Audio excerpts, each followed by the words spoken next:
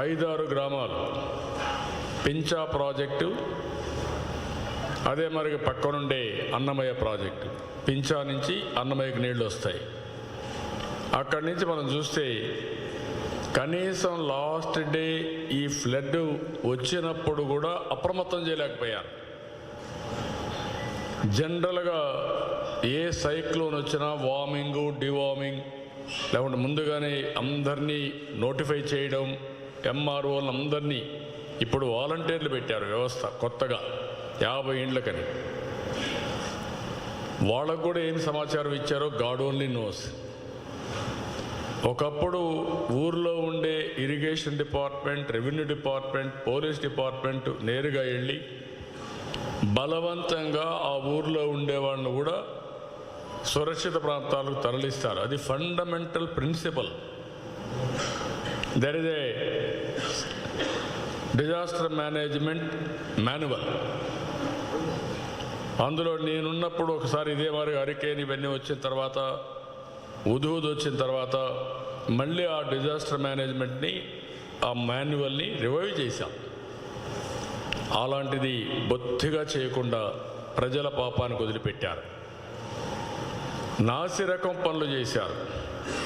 పించాలో కానీ అన్నమయ్యలో కానీ నాసిరకం పనులు చేశారు. ఇంకొక పక్కన అసెట్స్ మేనేజ్మెంట్. ఏ ఆస్తి అయినా దాన్ని మేనేజ్ చేయకపోతే అది ఆటోమేటిక్గా నిరర్ధకమైన అసెట్గా తయారైపోతుంది, ఆస్తిగా తయారైపోతుంది. ఇప్పుడు అన్నమయ్య ప్రాజెక్ట్ ఉంది. అన్నమయ్య ప్రాజెక్టుకి గ్రీస్ వేయడానికి, మెయింటైన్ చేయడానికి, గేట్స్ మెయింటైన్ చేయడానికి డబ్బులు ఇవ్వాలి. దాంతో ఎవడు పట్టించుకోలేదు. ఇప్పుడు గేట్ ఎత్తపోతే ఎత్తలేదని ఒక వర్షన్. ఇంకొక పక్కన కిందన నదిలో ఎక్కడికక్కడ ఇసుక ఉంది. ఇసుక మాఫియా ఇసుక తీసుకుంటున్నారు. ప్రొక్లైన్స్ ఉన్నాయి, టిప్పర్లు ఉన్నాయి. అన్నీ వదిలిపెడితే ఇవి కొట్టుకోబోతాయి. వీళ్ళ ఆస్తులు కాపాడుకోవడానికి, ఇసుక తీసుకోవడానికి ప్రజల ప్రాణాలు త్యాగం చేశారు. ఇప్పుడు దగ్గర దగ్గర 60 మంది లెక్క ప్రకారం కొనిపెట్టారు.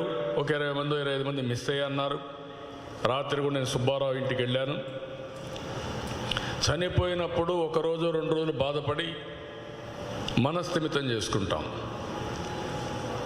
మనిషి డెడ్ బాడీ కూడా దొరకలేదంటే ఆ మానసిక క్షోభ అనుభవిస్తేనే తెలుస్తుంది ఆ కుటుంబానికి.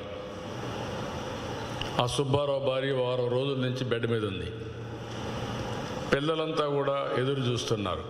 కనీసం మనిషి చనిపోయిన తర్వాత చివరి బాధ్యత మేము నిర్వహించలేకపోయాం, డెడ్ బాడీని రికవర్ చేయలేకపోయాం, అంత్యక్రియలు కానీ లేకుంటే ఫార్మాలిటీస్ పూర్తి చేయలేకపోయామని అందరూ బాధపడే పరిస్థితికి వచ్చింది.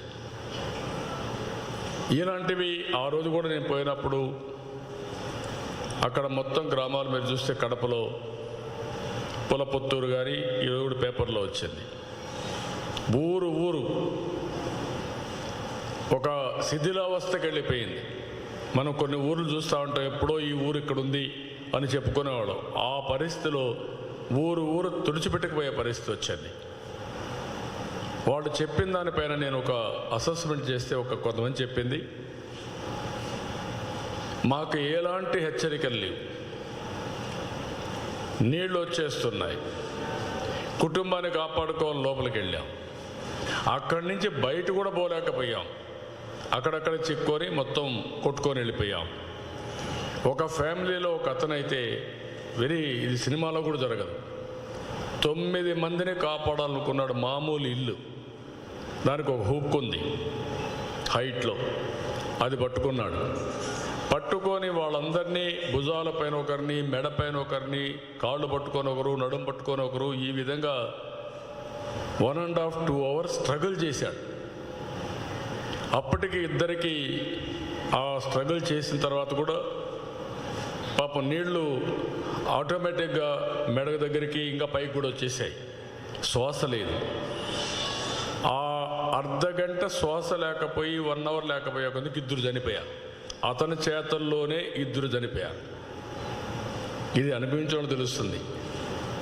కడవ 7 మందిని కాపాడగలిగాడు.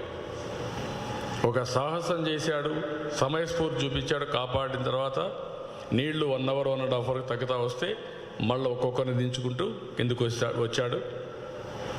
ఇది మన వ్యవస్థ చేయలేకపోయారు. నేను రాయలసీమ ఉంది మీకు ఇక్కడ, ఇది రాయల చెరువు. రాయల చెరువులు ఏమైంది? భయభ్రాంతులు అయిపోయారంతా. నేను కూడా పేపర్లు చూస్తున్నా, టీవీలు చూస్తున్నా, ఏమైంది, బొంగబడిందన్నారు, బ్రీచ్ అవుతుందంటున్నారు, అలార్మింగ్గా ఉంది, ఇప్పటికే తిరుపతిలో నీళ్ళు వచ్చేసాయి, ఆ నీళ్ళు కూడా వస్తే ఏమవుతుంది అని ఆలోచిస్తున్నాం. ఆలోచించిన తర్వాత కనీసం డిపార్ట్మెంట్ సీనియర్ ఆఫీసర్స్ వచ్చి అసర్టైన్ చేసి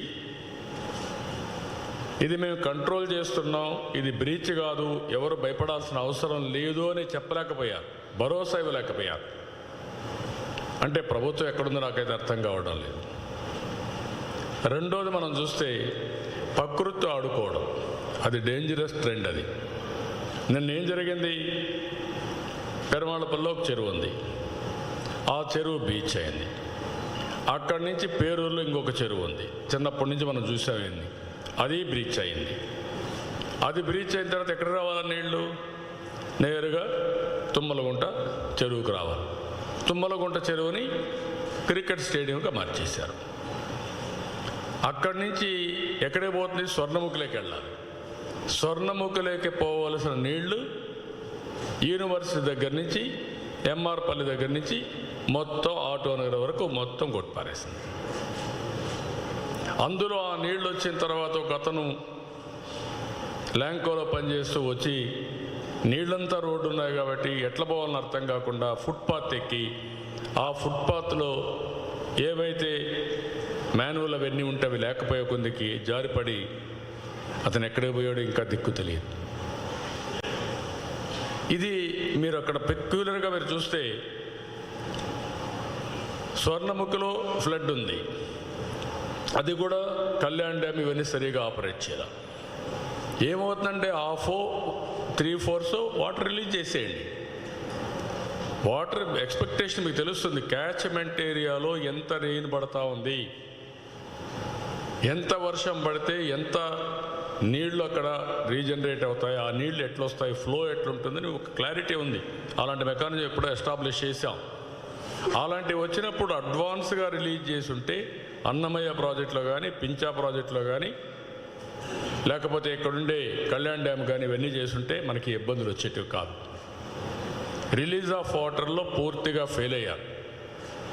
అడ్మినిస్ట్రేషన్ కుప్పగూలిపోయింది. ఇంకొక పక్కన రాయల చెరువుకి ఇంకొక ప్రాబ్లం కూడా ఉంది. రాయల చెరువు మనం చూస్తే ఎప్పుడూ ఇంత నీళ్లు రాలేదు, వచ్చాయి. వచ్చిన తర్వాత దాన్ని మేనేజ్ చేయడంలో అవసరమైతే సీనియర్ ఆఫీసర్స్ వెళ్ళి పెద్ద పెద్ద పంపులు కూడా పెట్టి ఉండొచ్చు కావాలంటే. మేము పెట్టాం, చాలాసార్లు పెట్టాం.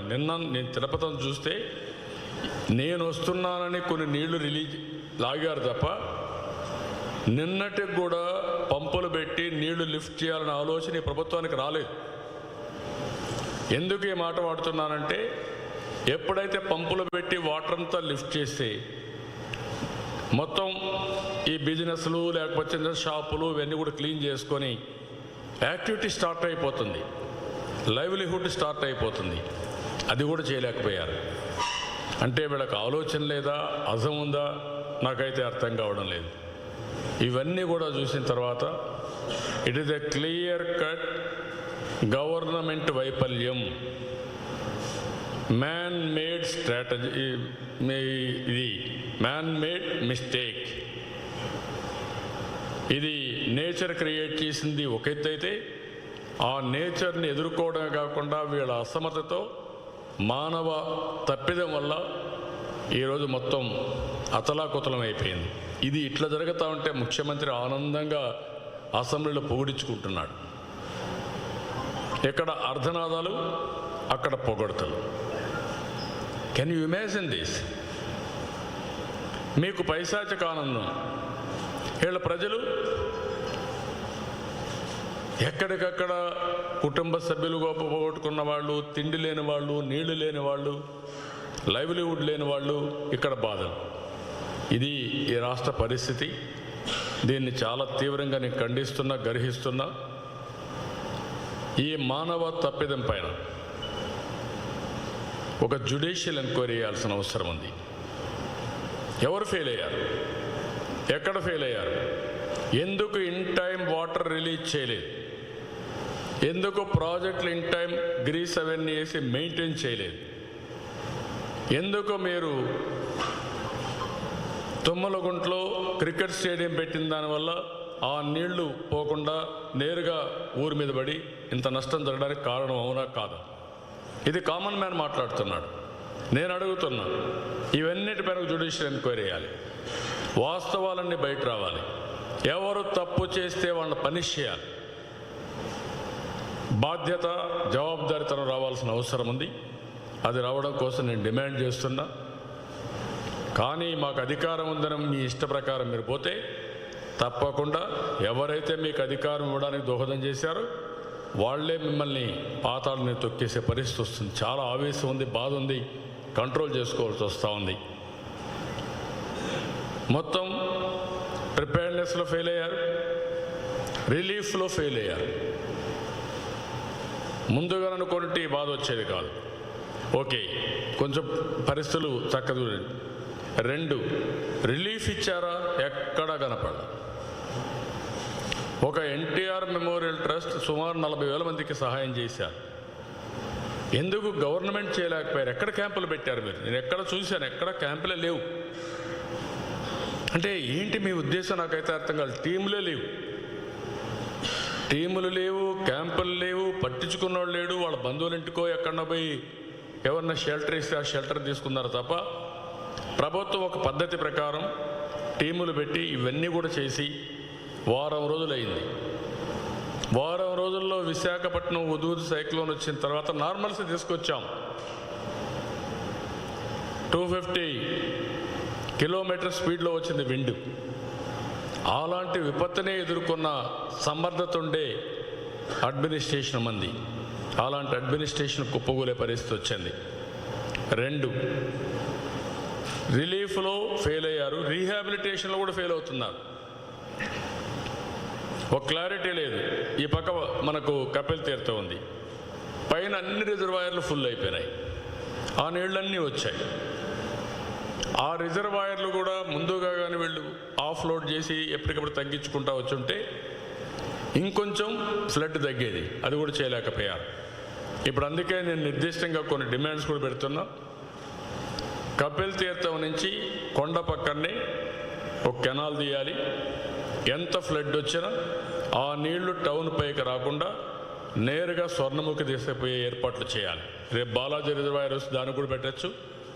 అంత లోపల దీన్ని తీసుకుపోయి నేరుగా స్వర్ణముఖికి డైవర్ట్ చేయాల్సిన అవసరం ఉంది సేఫ్గా. This is number 1. Number 2, Rayalaseema Rayala Cheruvu కూడా తూములు మొత్తం over a period of time అన్నీ పోయినాయి. ఇప్పుడు ఎక్కడా లేవు, సర్ప్లస్ వైర్ లేదు, అవుట్లెట్ నీళ్లు పోయే పరిస్థితి లేదు. ఓన్లీ 2-3 ఈలు పెట్టి తూములు పెట్టి ఆ గేట్స్ పెట్టి ఇస్తున్నారు తప్ప ఇంకోటి కాదు. దాని మీద ఇమ్మీడియట్గా ఆ అవుట్లెట్లన్నీ రిపేర్ చేసి ఎంత వాటర్ వచ్చినా సర్ప్లస్ వాటర్ వచ్చినా పొలాల మీద పోకుండా ఆ నీళ్లు నేరుగా స్వర్ణముఖికి వచ్చే విధంగా చేయాల్సిన బాధ్యత ప్రభుత్వం పైన ఉంది. అది కూడా చేయాలి. ఈరోజు స్వర్ణముఖి పైన మొత్తం బ్రిడ్జెస్ అన్నీ కొట్టుకోమని మీరు పాపానాయుడుపేట చూడండి, తిరుచానూరు చూడండి, పక్కన దనపల్లి దగ్గర చూడండి, 4-5 బ్రిడ్జెస్, ఈవెన్ మంగాపురం దగ్గర అన్నీ కొట్టుకోమన్నాయి. అవన్నీ వార్ ఫుట్టింగ్లో మళ్ళీ రెక్టిఫై చేయాలి. చెక్ డ్యామ్స్ అన్నీ వెళ్ళిపోయినాయి. ఆ చెక్ డ్యామ్స్ వల్ల ఎక్కడికక్కడ మనకు గ్రౌండ్ వాటర్ రీఛార్జ్ అయింది, రైతులకు వాటర్ వచ్చింది, పొలాలకు వాటర్ వచ్చింది, అవన్నీ పోయినాయి. దాన్ని కూడా చేయాలి. ఇసుక మాఫియాని కంట్రోల్ చేయాలి. ఇష్టానుసారంగా డిస్క్రీట్గా 10 అడుగులు వాళ్ళ ఇష్ట ప్రకారం తవ్వేసిన దానివల్ల ఎక్కడైతే మనం బ్రిడ్జెస్ కట్టామో, చెక్ డ్యాములు కట్టామో, ఫౌండేషన్ లెవెల్కి వెళ్ళిపోయారు. వన్స్ ఫౌండేషన్ లెవెల్కి వెళ్ళిపోయినప్పుడు కొట్టుకోపోవడం చాలా ఈజీ అవుతుంది. సపోర్ట్ కూడా లేకుండా పోయింది. అది కూడా చేయాల్సిందిగా డిమాండ్ చేస్తున్నా. ఇంకొక పక్కన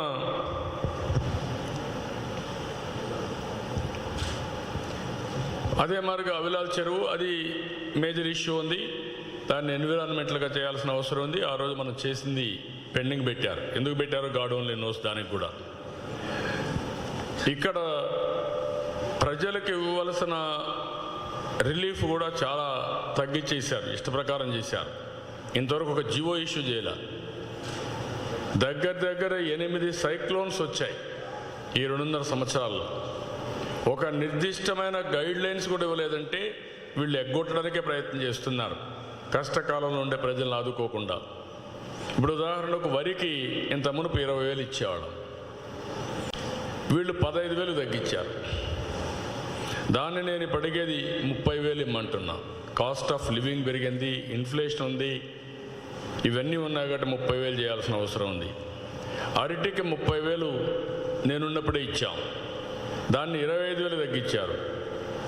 పెరుగుతుంది తప్ప ఈరోజు పులివెందల ఈ ప్రాంతం అంతా కూడా ఒకసారి అరటి చెట్లు పడిపోయిన తర్వాత మళ్ళా రైతు కోలుకోవాలి, చాలా కష్టం వస్తుంది. కాబట్టి హెక్టార్కి 50,000 రూపాయలు ఇమ్మంటున్నాను. చెరకు 15,000 ఉంటే దాన్ని కూడా పెంచాల్సిన అవసరం ఉంది. వీళ్ళు ఏం పెంచను కూడా పెంచలేదు, 25,000 ఇవ్వాలని చెప్పి డిమాండ్ చేస్తున్నాను. పత్తి 15,000 ఉంది, వీళ్ళు ఏమి డబ్బులు ఇవ్వకుండా ఎగ్గొడేస్తున్నారు, దానికి 30,000 ఇమ్మని చెప్పి డిమాండ్ చేస్తున్నా. వేరుశెనగ 15,000 ఉంటే దానికి కూడా పెంచలేదు, 25,000 ఇమ్మని డిమాండ్ చేస్తున్నాను. జొన్న 10,000 ఉంది, వీళ్ళు 6,500 తగ్గించారు, దాన్ని 20,000 చేయాలి. మొక్కజొన్న 12,500 ఉంటే దాన్ని పెంచలేదు, అది 20,000 చేయాలి. అపరాలు పొద్దుతిరుగుడు 10,000 ఉంటే దాన్ని 4,000 తగ్గించేశారు, దాన్ని 20,000 చేయాలి. జీడి పంట 30,000 ఉంటే 20,000 తగ్గించారు. ఆ రోజు ఏదైతే శ్రీకాకుళంలో వచ్చినటువంటి తిత్లీ తుఫాను మీద నన్ను విమర్శించారు, జీడి పంట అంతా కాపాడుతామని. దాన్ని ఈరోజు జీడి పంటకైతే 30,000 ఉంటే 20,000 చేసి అన్యాయం చేశారు, దీన్ని 50,000 చేయమని చెప్పి డిమాండ్ చేస్తున్నా. కొబ్బరి చెట్టుకు 15,000 ఎప్పుడో ఇచ్చాను చెట్టుకు, దాన్ని 1,000 రూపాయలు చేశారు, కాదు కనీసం 3,000 ఇవ్వాలి. మామిడి 30,000 రూపాయలు ఉంటే దాన్ని తగ్గించి 20,000 చేశారు, ఇది 40,000 చేయాల్సిన అవసరం ఉంది. ఇది కాకుండా పూర్తిగా జీడి మామిడి కొబ్బరి ఈ చెట్లన్నీ పోతే వాళ్లకు నరేగా కింద కానీ గవర్నమెంట్ ఫండ్స్ ఖర్చు పెట్టి మళ్ళా పంటలు వేసుకోవడానికి హార్టికల్చర్ డెవలప్మెంట్కి ఎంత ఖర్చు అయితే అంత ప్రభుత్వం సహాయం చేయాలి. తిత్లీ తుఫాన్లో చాలా స్పష్టమైన జీవో ఉంది, అది చేయాల్సిన అవసరం ఉంది. తాటి చెట్టు కానీ ఎక్కడన్నా పోతే ఒకప్పుడు 800 రూపాయలు ఇచ్చేవాళ్ళం, దాన్ని 2,500 రూపాయలు చేయమని డిమాండ్ చేస్తున్నా. చనిపోయిన వాళ్ళకి 5 లక్షలు ఎప్పటి నుంచో ఉంది, దాన్ని పెంచలేదు. మీరు మాత్రం ఎల్జీ పాలిమర్స్లో వాళ్ళ తప్పిద వల్ల చనిపోయిన వాళ్ళకి 1 కోటి రూపాయలు ఇచ్చారు. ఇక్కడ మీ తప్పు వల్ల చనిపోయిన వాళ్ళు ఉంటే వాళ్ళకి ఇవ్వలేదు, 25 లక్షల రూపాయలు ఇమ్మంటున్నా.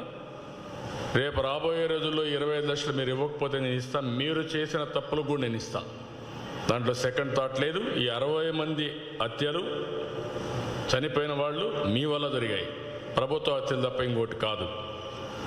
ఇళ్ళు కూలిపోయిన వాళ్ళందరికీ గాయపడిన, ఇంకో పక్కన చూస్తే గాయపడిన వారికి 1,00,000 రూపాయలు అప్పుడు పెడితే దాన్ని 12,000 తగ్గించారు. సీరియస్గా గాయపడితే ఒక 2.5 lakhs ఇవ్వాలి, అదర్వైజ్ వాళ్ళు జీవితాంతం కాలు ఇరిగిపోయో చెయ్యి ఇరిగిపోతే వాళ్ళు సెట్ గారు. ఇల్లు కూలిపోయిన వాళ్ళకి 50,000 రూపాయలు ఇస్తే 4 లక్షల రూపాయలతో ఇళ్ళు కట్టించాం. ఈరోజు వీళ్ళు దాన్ని ఇంకా స్పష్టత ఇవ్వలేదు. 1 లక్ష రూపాయల వరకు ఇచ్చి పర్మనెంట్గా ఎంత నష్టపోయారో ఆ నష్టపరిహారం ఒకసారి చూసుకొని వాళ్ళని మళ్ళా రివైవ్ చేయడానికి, వాళ్ళ జీవితంలో ముందుకు పోవడానికి మీరు చేయాల్సిన అవసరం ఉంది. ఉపాధి కోల్పోయిన చేనేత కార్మికులు, గీత కార్మికులు, వృత్తి పనులు చేసుకున్న వాళ్ళందరికీ వృత్తి కూడా పోతుంది కాబట్టి 10,000 రూపాయలు అప్పుడు ఇచ్చాం, మీరు ఎలాంటి సహాయం ఇవ్వలేదు, దీనికి 20,000 చేయాలని చెప్పి కోరుతున్నా. ఇండ్లు దెబ్బతిన్న వాళ్ళందరికీ ఒకసారి ఇంట్లో నీళ్లు వస్తాయి, అక్కడి నుంచి వాళ్ళకు ఇంకా మొత్తం వస్తువులన్నీ పోతాయి. కనీసం ప్రతి ఒక్కరికి బాగా దెబ్బతిని ఉంటే కనీసం మోడరేట్గా ఉంటే ఒక 25,000 ఇవ్వాలి. ఇంట్లోకి నీళ్ళు వచ్చిన ప్రతి ఒక్కరికి 10,000 రూపాయలు ఆర్థిక సహాయం చేయాలి. వస్తువులన్నీ పోతాయి, ఎలక్ట్రికల్ అవన్నీ ఎక్స్ట్రా, బట్టలు లేకుంటే వాళ్ళ ఇంట్లో నిత్యావసర వస్తువులు ఇవన్నీ తెరిచిపోయిన తర్వాత కనీసం కొనుక్కోవాలంటే 10,000 రూపాయలు ఉండాలి. మరణించిన ఆవులకు, గేదెలకి ఒకప్పుడు 30,000 ఇచ్చేవాళ్ళం, ఇప్పుడు 40,000 ఇవ్వాలి. జెర్సీ ఆవు అయితే 50,000 ఇవ్వాల్సిందిగా డిమాండ్ చేస్తున్నా. గొర్రెలు మేకలు చనిపోతే 3,000 ఇచ్చేవాళ్ళం, కనీసం ఒక 6,000 రూపాయలను ఇస్తే ఇప్పుడుండే కాస్ట్ల పనికి వస్తుంది.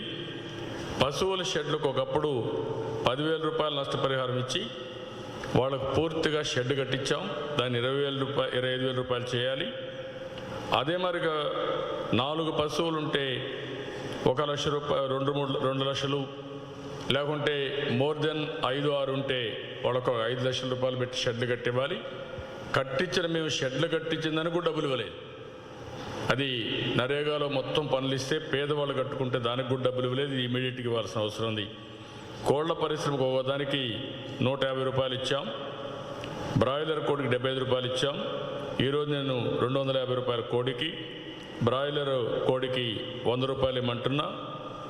అదే మరిగా పౌల్ట్రీ షెడ్కి ఒక 50,000 రూపాయలు ఇచ్చి మళ్ళా లోన్స్ అన్నీ కూడా ఇప్పించి వాళ్ళు కూడా రివైవ్ చేయాల్సిన అవసరం ఉంది. ఇది కాకుండా తోపుడు బండ్లు, చిన్న చిన్న షాపులు, చిన్న చిన్న వ్యాపారస్తులు పూర్తిగా నష్టపోయారు. ఉదుగు తుఫాన్లో నేను మొత్తం ఇన్సూరెన్స్ కూడా ఇప్పించిన తర్వాత ఎవరైతే నష్టపోయారో వాళ్ళందరినీ రివైవ్ చేశాం. తోపుడు బండ్లు రివైవ్ చేశాం, చిన్న చిన్న షాపులు రివైవ్ చేశాం, వ్యాపారస్తులకు ఇన్సూరెన్స్ లేకపోతే వాళ్ళని రివైవ్ చేశాం. అవన్నీ చేశాం. కనీసం చిన్న చిన్న వ్యాపారాలు చేసే వాళ్ళకు ఒక 20,000 రూపాయలు ఇచ్చి, పెద్ద పెద్ద వ్యాపారాలు చేసే వాళ్ళు కూడా వాళ్ళతో ఒక మీటింగ్ పెట్టుకొని వాళ్ళు ఏమి నష్టపోయారు, ఏ విధంగా ఇవ్వగలుగుతారు, ఏ విధంగా సెట్ చేస్తారో చేయాల్సిన అవసరం ఉంది. అక్వాకల్చర్కి 30,000 ఇచ్చాం. ఇప్పుడు 50,000 రూపాయలు మినిమం హెక్టార్కి ఇవ్వాలి. అదే మరి ఇంకొక పక్కన పడవలకి ఎక్కడన్నా పోతే 1,00,000 రూపాయలు ఇచ్చాం. ఇప్పుడు 2 లక్షల రూపాయలు ఇమ్మన్నాను. 4,000 రూపాయలు చేశాడు. నేను చేతి వృత్తులను ఆదుకుంటానని గొప్పలు చెప్పిన పెద్ద మనిషి 1,00,000 రూపాయల నుంచి 4,000 రూపాయలు తెచ్చాడు. ఇంకొక పక్కన పూర్తిగా దెబ్బతిన్న పడవలకి 6 లక్షలు ఇచ్చాం. ఇవి 90% కాదు, 100% మీరే కొనివ్వాల్సిన అవసరం ఉంది.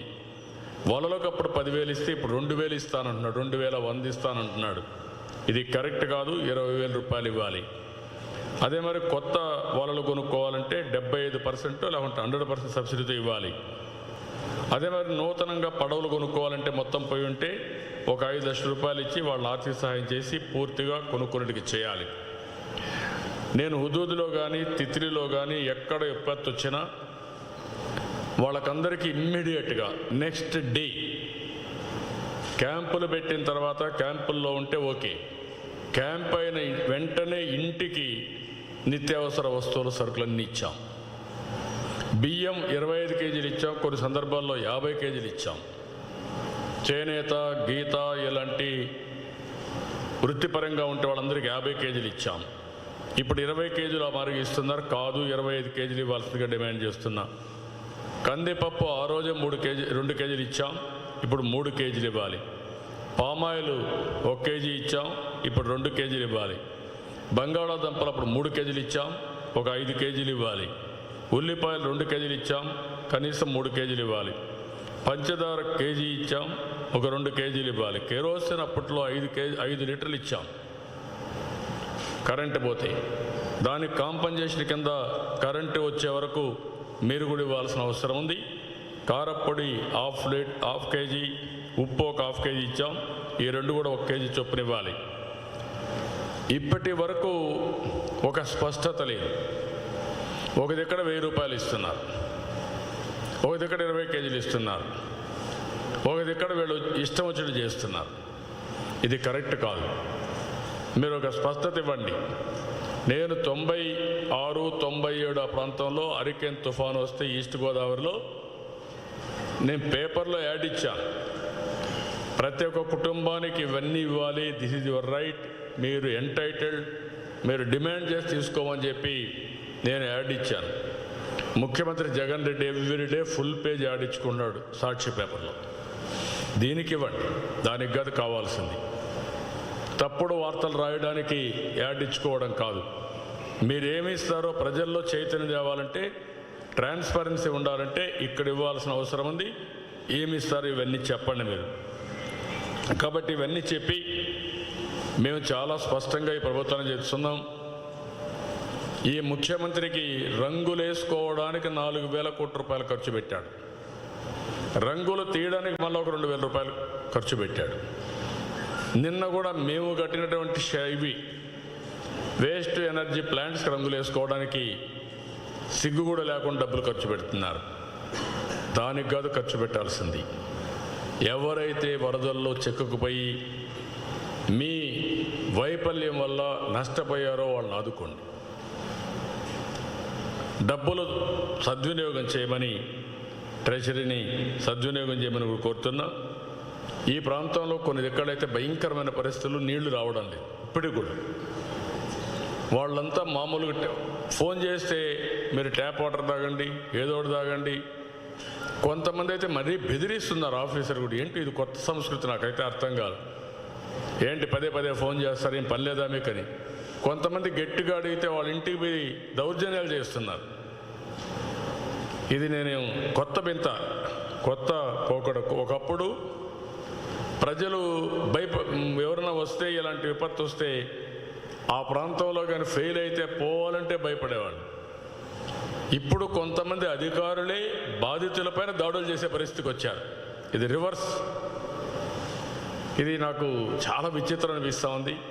నిన్న చాలామంది అంటున్నారు, నిన్న మేము గట్టిగా అడిగితే మా ఇంటికి వచ్చి ఎందుకు ఏమనుకుంటున్నావు, నువ్వు తమాషలాడుతున్నావు అని చెప్పి బెదిరిస్తున్నారు, కొట్టడానికి వస్తున్నారని చెప్పే పరిస్థితికి వచ్చారు. ఈ సంస్కృతి పోవాలి.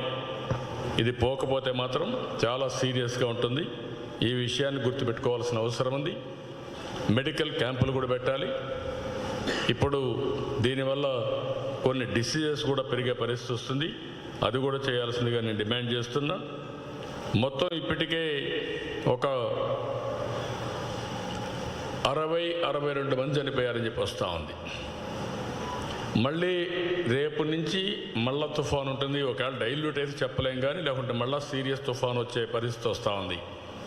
అది కానీ వస్తే మళ్ళా ప్రాబ్లం వస్తుంది. ఉదుగుదులో చనిపోయింది 21 మంది, తిత్రిలో చనిపోయింది 16 మంది. అంత పెద్ద విపత్తులో ప్రాణ నష్టాన్ని కాపాడగలిగితే, ఇంత చిన్న విపత్తు నుంచి మీరు కాపాడలేకపోయారంటే ఇది మీ అసమర్థత కాదా అని మిమ్మల్ని అడుగుతున్నా. ఇలాంటివన్నీ కూడా కొన్ని ఎక్కడైతే తుఫాన్లో నష్టపోయిన రైతులకి సిగ్గేస్తుంది చెప్పాలంటే కూడా 10 రూపాయలు, 20 రూపాయలు, 30 రూపాయలు ఇచ్చారు. బీడీ ఖర్చులకా దేనికి ఇచ్చారు? నాకు 10 రూపాయలు నష్టం జరుగుతుందండి రైతుకి. ఇప్పుడు ముఖ్యమంత్రి చెప్తున్నాడు ఏమని, మీరెవ్వరు కూడా వరి పంట వేయొద్దని అంటున్నారు గవర్నమెంట్. వరి పంట వేయొద్దు, వేరే పంటలకు నష్టపరిహారం ఇవ్వద్దు. చిత్తూరులో ఏం జరిగింది? మామిడి రైతులు రేట్లు పడిపోయి మొత్తం వస్తే వాళ్లతో లాలూచిపడి ఇక్కడుండే రాజకీయ నాయకులు దాన్ని కూడా ఎక్స్ప్లాయిట్ చేసుకొని డబ్బులు చేసుకొని తిరిగి తెలుగుదేశం పార్టీ పైన బ్లేమ్ చేసే పరిస్థితికి వచ్చారు. అవి మానండి. ఇంకా 24 గంటలు తెలుగుదేశం పార్టీ పైన పని ఏడవడం కంటే 2.5 సంవత్సరాలు అయింది. మీరు చేసే పనులు చెప్పి ప్రజల్ని మెప్పించండి. కానీ ఇష్ట ప్రకారం మా పైన దాడులు చేయడమో, కేసులు పెట్టడమో చేస్తే మాత్రం మీకు చాలా సమస్యలు వస్తాయి. నేను ఇప్పుడు కూడా చెప్తున్నా మళ్ళా ఆఫీసర్ని, వరదల కోసం మేము బయట వస్తే కూడా కేసులు పెట్టే పరిస్థితికి వస్తున్నారు. మీరు సర్వీస్ చేయరు, సర్వీస్ చేసే వాళ్ళపై తప్పుడు కేసులు పెడతారు. నిన్న రాయల చెరువుకు ముందు రోజు వైఎస్ఆర్ కాంగ్రెస్ నాయకులు చోటా మోటా అందరూ వెళ్ళారు. నేను వెళ్తానంటే మా జిల్లా పార్టీ ప్రెసిడెంట్కి నోటీసు పంపిస్తారు, మీరు పోవడానికి లేదని. వాటే దేశం ఏమనుకుంటున్నారు మీరు? ఇది పద్ధతి కాదని చెప్పి మరొక్కసారి హెచ్చరిస్తూ ఈ డిమాండ్స్ అన్నీ కూడా పెట్టి ప్రజల్లోకి తీసుకెళ్తాం. ప్రభుత్వం పైన ఒత్తిడి తీసుకొస్తాం. ఒకవేళ చేయకపోతే ఆందోళన కూడా చేస్తాం. బాధితులకు అండగా ఉండాలని పార్టీ నిర్ణయించాం. దాని ప్రకారం ఫాలో అవుతాం. నేను దీనిపైన సిఎస్ కూడా ఈరోజు రేపు లెటర్స్ కూడా రాస్తాను. Any questions? 1 or 2?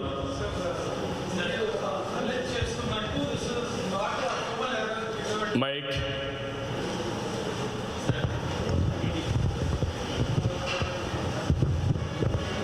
So the ruling party is maintaining that this is not a human error triggered calamity, it is a natural calamity on one hand.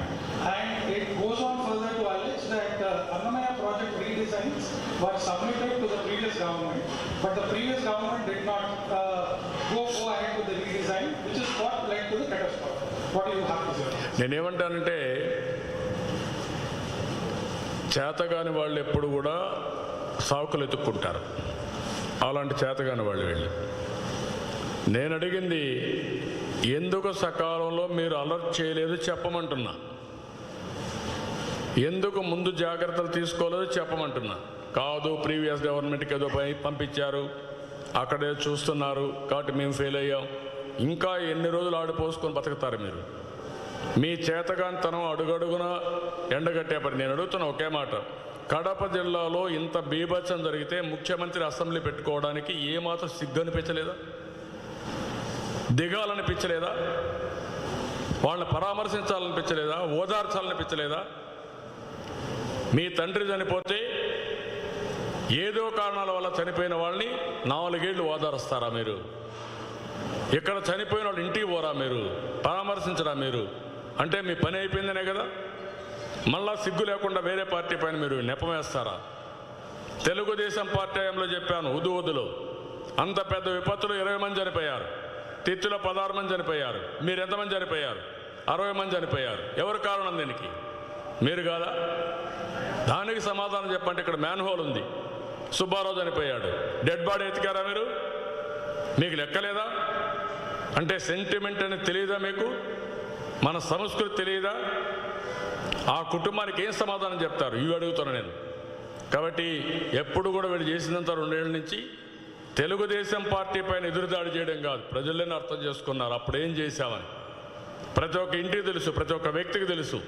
ఒక సంక్షోభం వస్తే తెలుగుదేశం పార్టీ ఎట్లా పనిచేస్తుందో తిత్లీ కానీ హుదూద్ కానీ బెంచ్ మార్క్. ఆ రోజు పండుగలు ఉన్నాయి, ఒక్క మంత్రిని కానీ ఒక్క ఆఫీసర్ని పంపించకుండా అక్కడే పెట్టి పండగల్లో కూడా వాళ్లకు సర్వీస్ అందించి వాళ్ళ నార్మల్సీకి వచ్చిన తర్వాత బయట వచ్చాం. ఆ విషయాలు వీళ్ళు గుర్తుపెట్టుకోవాల్సిన అవసరం ఉంది. ఇంకొకసారి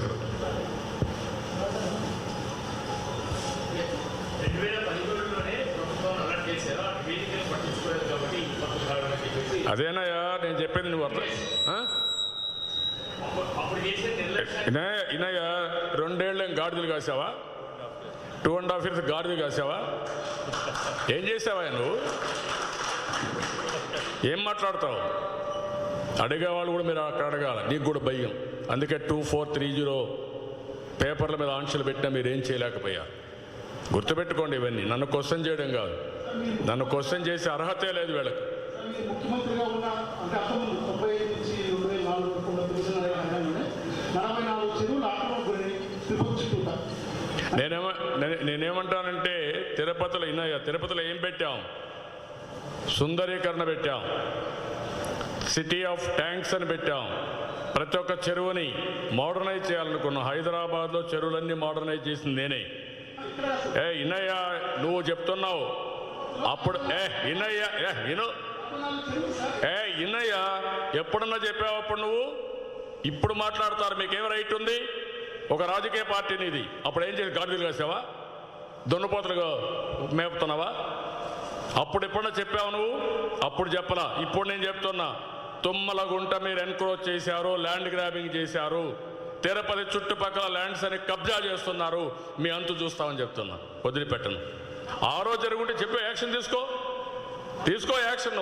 నువ్వే కదా గవర్నమెంట్లో ఉన్నావు. నేను లేస్తే ఏమవుతున్నావు వచ్చి ఎవడొద్దన్నాడు? చేత కదా నీకు? యాక్షన్ తీసుకో.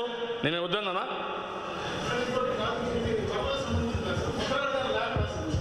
వదిలిపెట్టావన్నీ. ఎందుకయ్యా స్పందన? ఎందుకయ్యా స్పందన? నేను అడుగుతాను, ఎవరు అడగాలయ్యా?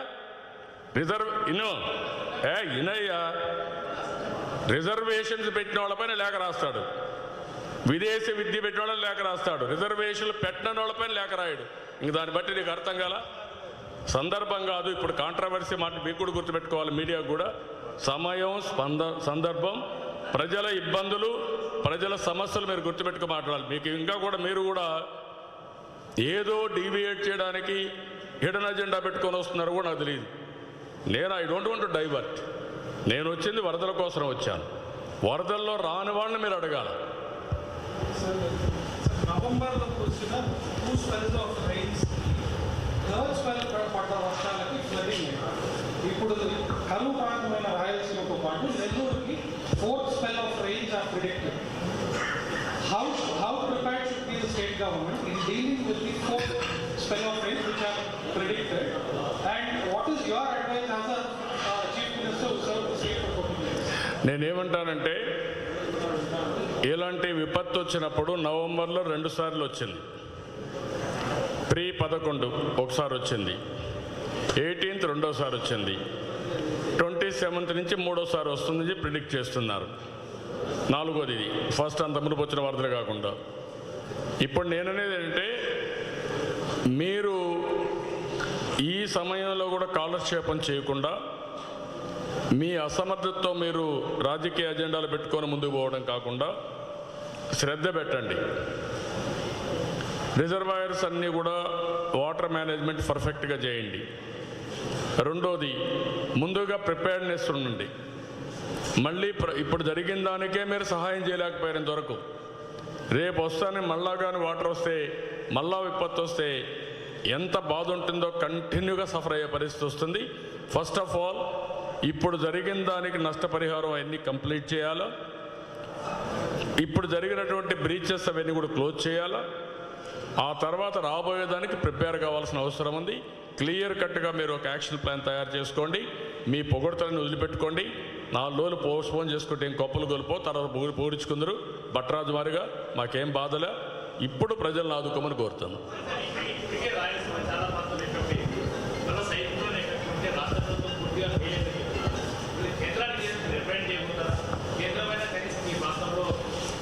అంటే కొన్ని సమస్యలు కేంద్రానికి మనం కంప్లైంట్ చేసా. యాజ్ ఎ ముఖ్యమంత్రిగా నేను చెప్పేది ఏంటంటే విపత్తులు హ్యాండిల్ చేయాల్సిన బాధ్యత అడ్మినిస్ట్రేషన్ ఉండేది రాష్ట్ర ప్రభుత్వానికే ఉంటుంది.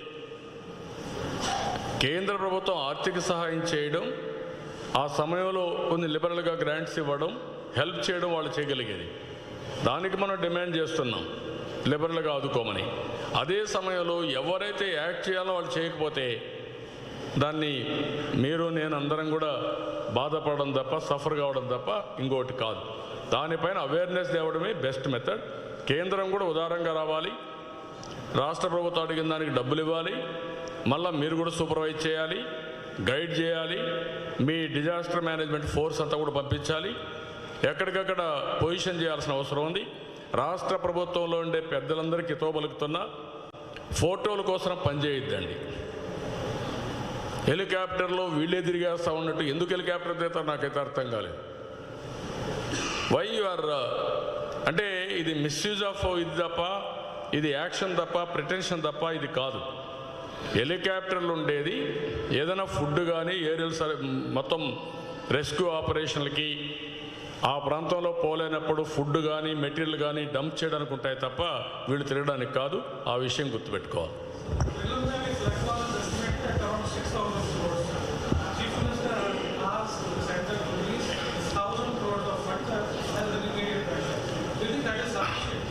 బ్రదర్ ఒక్క మాట చెప్తానంటారా మీరు? 6,000 కోట్ల రూపాయలు నష్టం జరిగింది, 60 మంది చనిపోయారు. మీరు కేంద్రాన్ని డబ్బులు అడిగారు. మీకు కెలామిటీ ఫండ్ ఒకటి ఉంది. కెలామిటీ ఫండ్లో రాష్ట్రం కేంద్రం రెండూ కలిపి ఆ కెలామిటీ ఫండ్ కింద మనం బడ్జెట్లో పెట్టుకుంటాం. మీరు ఇది ఖర్చు పెట్టిన తర్వాత వాళ్ళు రీఎంబర్స్ చేస్తారు. మీరు ఎంత ఖర్చు పెట్టారు ఇప్పటికీ? 10 కోట్ల, 5 కోట్ల? ఎంత రిలీజ్ చేశారు చెప్పండి? Anybody you can answer? What a government! నువ్వు 100 కోట్లు ఖర్చు పెట్టకుండా, 100 కోట్లు రిలీజ్ చేయకుండా నాకు 1000 కోట్లు, 5,000 కోట్లు అంటే ఎవడిస్తాడు? ముందు మనం ఖర్చు పెట్టాలి, రీఎంబర్స్మెంట్ కోసం ఫైట్ చేయాలి, సహాయం కోసం ఫైట్ చేయాలి. That is missing. అదే వీళ్ళకి అడ్మినిస్ట్రేషన్లో కానీ చేతగాంతనం, అనుభవం లేకుండా పోవడం, మొత్తం చతికిలపడడం. నేను కూడా చేశాను. దేవేగౌడ ఉద్దురైతే ఎన్ని హరికేన్ తుఫాన్లో దేవేగౌడని తీసుకొచ్చాను. కానీ ఆయన కోసం నేను వెయిట్ చేయాలి. 24 అవర్స్ 48 అవర్స్లో మొత్తం రోడ్స్ అని క్లియర్ చేయించాను. ఉద్దులో ప్రధానమంత్రిని తీసుకొచ్చాం, నరేంద్ర మోడీ తీసుకొచ్చాం, చూపించాం. అదే సమయంలో ఆయన కోసం నేను వెయిట్ చేయలేదు. మొత్తం డబ్బులు ఖర్చు పెట్టి వారంలో నార్మల్స్ తీసుకొచ్చాం. అది తీసుకొస్తూనే డిమాండ్ చేయాలి, ఫైట్ చేయాలి. అది బొత్తిగా లేదు ఇక్కడ. నేను ఫస్ట్ టైం చూస్తే 2 కోట్లు 4 కోట్లు నాకే సిగ్గు అనిపించింది. 4 కోట్లు అండి ఇచ్చేది. ఎవరన్నా మిమ్మల్ని ఏమనుకుంటారండి? ఇంకోటి కూడా ఉంది ఇక్కడ. ఎప్పుడు కూడా డిజాస్టర్ వచ్చినప్పుడు ఆల్ ఎగ్జంప్షన్స్, ఫాస్ట్ ట్రాక్ ఎక్స్పెండిచర్కి మళ్ళీ గవర్నమెంట్కి రాయాల్సిన పని లేదు. గవర్నమెంట్ గైడ్ లైన్స్ ఇస్తే గైడ్ లైన్స్ ప్రకారం ఉండే గైడ్ లైన్స్ యాక్ట్ చేయాల్సిన బాధ్యత జిల్లా అడ్మినిస్ట్రేషన్ పైన ఉంది. రిలీఫ్ ఇప్పుడు ఇన్ని కేజీలు ఇచ్చా ఒక జీవో ఉంది. ఆ జీవో ఇన్ఫోర్స్, మళ్ళీ దాన్ని తగ్గించి ఇవ్వడం, ఎక్కువ ఇవ్వడం అది నీకు డిస్క్రిప్షన్ లేదు, అది ఇమ్మీడియట్గా ఇవ్వాలి. ఇవన్నీ ఉన్నాయి. ఆ విషయం మీరు గుర్తుపెట్టుకోవాల్సిన అవసరం ఉంది. ఇక్కడ నేను ఏంటంటే కొంతమంది దాన్ని కూడా తప్పడతారు. భట్రాజ్ అనేది ఒక కమిటీ, ఆ కమ్యూనిటీని ఎప్పుడు కూడా నేను అవమానించే పరిస్థితి రాదు. పొగిడించుకోవడం తప్పు, ఆ మాట మాట్లాడాను. నేను ఎప్పుడైనా సరే ఏ కులమైనా సరే నేను చాలా జాగ్రత్తగా ఉంటాను. కానీ అసెంబ్లీలో జరిగేది చూసిన తర్వాత, వీళ్ళు పొగిడించుకోవడం చూసిన తర్వాత బాధ వేస్తుంది. అన్ని కులాలను రెస్పెక్ట్ చేయడంలో తెలుగుదేశం పార్టీ ముందుంటాం, ఇప్పుడు ఉంటాం, భవిష్యత్తులో ఉంటాం. అందరి యొక్క ఆత్మగౌరవాన్ని కాపాడుతాం.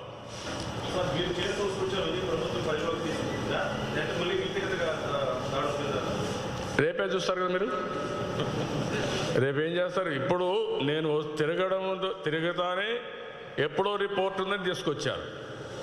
రేపటి నుంచి నేను ఇవన్నీ చెప్పాను. దీనిపైన మేము ఆందోళన చేస్తాం. దేనికి ఆందోళన చేస్తాం? ప్రజల కోసం చేస్తాం.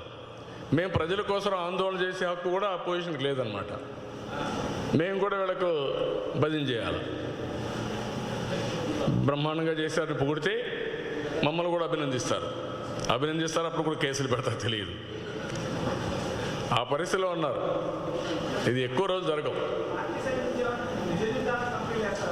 వేసమ్మా 4-5 కమిటీలు తిరుగుతున్నాయి రాష్ట్రమంతా, ఈ ప్రాంతాలన్నీ తిరిగిన తర్వాత వాళ్ళు రిపోర్ట్ ఇస్తారు. నేను ఫస్ట్ హ్యాండ్ ఇన్ఫర్మేషన్ ఉంది. ఈరోజు కొన్ని డిమాండ్స్ పెట్టాను. ఈ డిమాండ్స్తో ప్రజల్లోకి వెళ్తాం. ఈ సాధించే వరకు పోరాడతాం.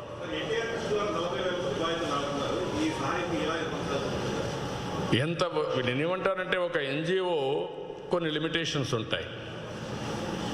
దానికి వచ్చే ఫండ్స్ కానీ, దాతలు ఇచ్చే ఫండ్స్ కానీ పెట్టి మేము చేయాలి. గవర్నమెంటు ప్రజల tax money, they are having funds యొక్క ప్రాబ్లమ్స్ కానీ, హ్యూమన్ రిసోర్సెస్ ప్రాబ్లమ్స్ లేవు. బాధ్యత కూడా ఇవన్నీ కూడా ఎన్జిఓలు అనేటివి సప్లిమెంటేషన్ మనకు వస్తాయి తప్ప మెయిన్ బాధ్యత వాళ్ళు చేయలేరు. కానీ ఎంతవరకు చేయగలుగుతాం అంతవరకు చేస్తాం. ఎన్టీఆర్ మెమోరియల్ ట్రస్ట్కి ఒక హిస్టరీ ఉంది. ఏదైతే కృష్ణా ఫ్లడ్స్ వచ్చినప్పుడు 10 కోట్ల రూపాయలు ఖర్చు పెట్టాం ఆ రోజుట్లోనే ఎన్టీఆర్ మెమోరియల్ ట్రస్ట్. రెండవది, ఉత్తరాఖండ్లో వరదలు వచ్చినప్పుడు ఎన్టీఆర్ మెమోరియల్ ట్రస్ట్ అక్కడి నుంచి బాధితులందరినీ స్పెషల్ ఫ్లైట్లు పెట్టి వాళ్ళ ఊరికి తీసుకుపోయి ఇంటి దగ్గర వదిలిపెట్టాం. ఇలాంటి సందర్భాలు చాలాసార్లు, ఎక్కడ వరదలు వచ్చినా, ఎక్కడ తుఫాన్ వచ్చినా, ఎక్కడ తెలుగు వాళ్ళు వేరే ఎక్కడ చెక్కుకుపోయినా, ఒక కెలామిటీ వచ్చినా హెల్ప్ చేశాం. ఇప్పుడు కూడా కొనసాగిస్తాం. అందుకే ఈసారి ఎన్టీఆర్ మెమోరియల్ ట్రస్ట్ ద్వారా 1 లక్ష రూపాయలు ఆర్థిక సహాయం చనిపోయిన వాళ్ళందరికీ ఇస్తాం. 2, కడప జిల్లాలో చాలా డివాస్టేషన్ ఎక్కువ ఉంది కాబట్టి ప్రతి ఒక్క కుటుంబానికి ఒక 5,000 రూపాయల ఆర్థిక సహాయం కూడా చేస్తామని చెప్పాం. ఇక్కడ ఇప్పటికే ఒక 40,000 మందికి సహాయం చేశాం. ఈ సహాయం ఇంకా కొనసాగుతుంది, లాజికల్గా తీసుకెళ్తాం. Thank you.